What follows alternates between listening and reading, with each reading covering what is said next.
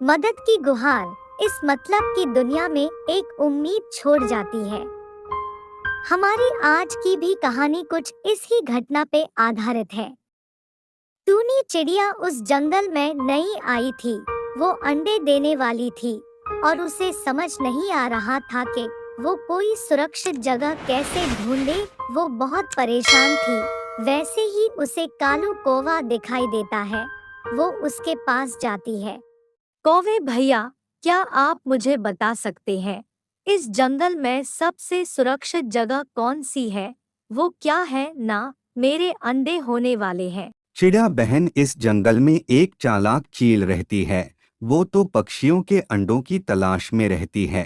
तुम ऐसा करो, इस जंगल के बाहर एक खेत है, वो है भी घना, वहाँ चील की नजर भी नहीं पड़ेगी। तुम अपना घोंसला वही बना लो। आपका बहुत बहुत शुक्रिया जो आपने मुझे बता दिया उस चील के बारे में।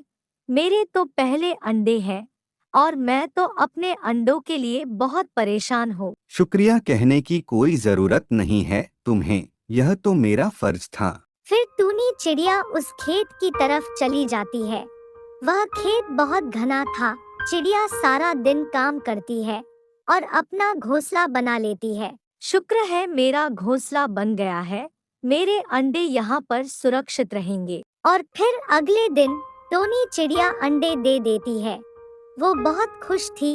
उस खेत में घोंसला बनाने का उसे एक फायदा ये भी था कि उसे दाने की तलाश में दूर नहीं जाना पड़ता था। वो उसी खेत से दाना खा लेती और अपने घोंसले में जाके अंडों पे बैठ जाती। वो हर दिन गिन के गुजार रही थी कि अंडों से बच्चे कब बाहर आएंगे, और फिर आखिर वो दिन आ ही गया जब एक अंडा हिलना शुरू कर देता है और फिर उसमें से एक बच्चा बाहर आ जाता है। फिर दूसरा अंडा भी हिलता है और उसमें से भी एक बच्चा बाहर आता है। टूनी चिड़िया अपने बच्चों को देखकर बहुत खुश होती है और वो अपने बच्चों को दाना खिलाती है और उनको बहुत प्यार करती है। ऐसे ही रात हो जाती है और वो सब सो जाते हैं और फिर ऐसे ही कुछ दिन गुजर जाता है। और फिर एक दिन टूनी चिड़िया को पास ही में से इंसानों की बातें करने की आवाज आती है। कल हम फसल काटना शुरू कर देंगे, तरंती लोहार को तेज करने को दी हुई है। और फिर वो इंसान ऐसे बातें करके चले जाते हैं। टूनी चिड़िया ये सब सुनकर बहुत परेशान हो जाती है क्योंकि अभी उसके बच्चों ने उड़ना शुरू नहीं किए थे। मेरे बच्चे अभी बहुत छोटे हैं, इन्हें लेकर मैं कहाँ जाऊंगी? अगर उन इंसानों ने अभी फसल काट ली तो उस चील की नजर मेरे बच्चों पर पड़ सकती है। कहीं वो मेरे बच्चों को खा ना जाए। टूनी चिड़िया बहुत परेशान थी। वो इस ही परेशानी में कालू कौवे की तरफ जाती है। आओ आओ चिड़िया, कैसी हो और तुम्हारे बच्चे कैसे हैं? कौवे भैया, मैं ठीक हूँ और मेरे बच्चे भी बिल्कुल ठीक है, लेकिन अब एक मुश्किल आ गई है। फिर चिड़िया कौवे को सारी बात बताती है। चिड़िया, फिर तो परेशानी की बात है। तुम्हारे बच्चे वहाँ सुरक्षित है। अगर तुम उन्हें कहीं और लेके गई तो वो चील तो उन्हें खा जाएगी।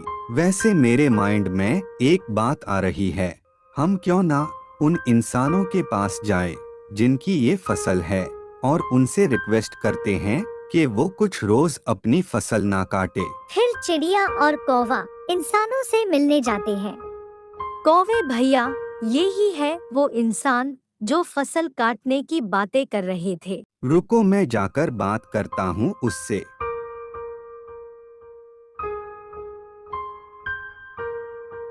ए किसान, तुम मुझे अच्छे इंसान लग रहे हो। क्या तुम मेरी एक बात मान सकते हो? क्या तुम अपनी फसल कुछ दिन और रुक के काट सकते हो? क्योंकि तुम्हारे खेत में मेरी दोस्त का घोंसला है और अभी उसके बच्चे बहुत छोटे हैं। वो अभी उड़ भी नहीं सकते हैं। 2-3 दिन के बाद वो उड़ने लगेंगे। फिर अपनी फसल काट लेना आप। अरे काले कौवे, कहीं तू पागल तो नहीं हो गया? एक चिड़िया के लिए हम अपनी फसल बर्बाद कर ले? बारिशों का क्या पता कब शुरू हो जाए। अगर शुरू हो गई तो हमारी तैयार फसल बर्बाद ना हो जाए। चलो भाग जाओ यहाँ से। और कौवा वहाँ से आ जाता है। क्या हुआ कौवे भैया, क्या वो इंसान मान गया? नहीं चिड़िया, वह इंसान नहीं माना, वह बहुत स्वार्थी था। उसे हम पंछियों की कोई परवाह नहीं है। अब हम क्या करेंगे कौवे भैया? वो इंसान बातें कर रहे थे कि तरंती लोहार को तेज करने को दी हुई है। हम क्यों ना लोहार के पास जाए और उसे रिक्वेस्ट करें वो कुछ दिन किसान को उसकी तरंती तेज करके ना दे, और अगर उस किसान को उसकी तरंती ना मिली तो वो फसल भी नहीं काट पाएगा। चिड़िया, वैसे बात तो तुमने सही करी है। चलो हम अभी चलते हैं लोहार की तरफ। फिर वो दोनों लोहार के पास जाते हैं। लोहार जी, आप मुझे बहुत अच्छे इंसान लग रहे हैं, क्या आप मेरी मदद कर सकते हैं? क्या बात है चिड़िया, जल्दी बोलो, मैं एक तरंती तेज कर रहा हूँ। आज ही मुझे उस किसान को वो तरंती देनी है। लोहार भैया, आप प्लीज कुछ दिनों के लिए उस किसान की तरंती तेज करके ना दे। उस किसान के खेत में मेरा घोंसला है और घोंसले में मेरे छोटे छोटे बच्चे हैं। चिड़िया, अपने बच्चों की तो फिक्र है तुम्हें। अगर मैंने किसान को तरंती तेज करके ना दी तो किसान मुझे पैसे नहीं देगा और मैं अपने बच्चों को भोजन कैसे खिलाऊंगा। और लोहार भी उनकी बात मानने से इनकार कर देता है और वो वहाँ से भी निराश होके चले आते हैं और फिर वो दोनों एक पेड़ पर बैठ जाते हैं। कौवे भैया, उस लोहार पे तो हमारी आखिरी उम्मीद थी, अब हम क्या करेंगे? मेरे माइंड में एक बात आ रही है। वो क्या कौवे भैया? बस हम यही बैठे रहते हैं और आगे देखना तुम मैं क्या करता हूँ। कालू कौवा और टूनी चिड़िया कुछ देर वहीं बैठे रहते हैं। फिर कुछ देर बाद वो किसान भी अपनी तरंती लेने आता है और वो जैसे ही अपनी तरंती लेके वहाँ से गुजरने लगता है, तभी कालू कौवा जल्दी से जाकर किसान से तरंती छीन कर उड़ जाता है। फिर क्या था, कौवा आगे आगे और किसान उसके पीछे पीछे। कालू कौवा वो तरंती लेकर नदी में तरंती फेंक देता है।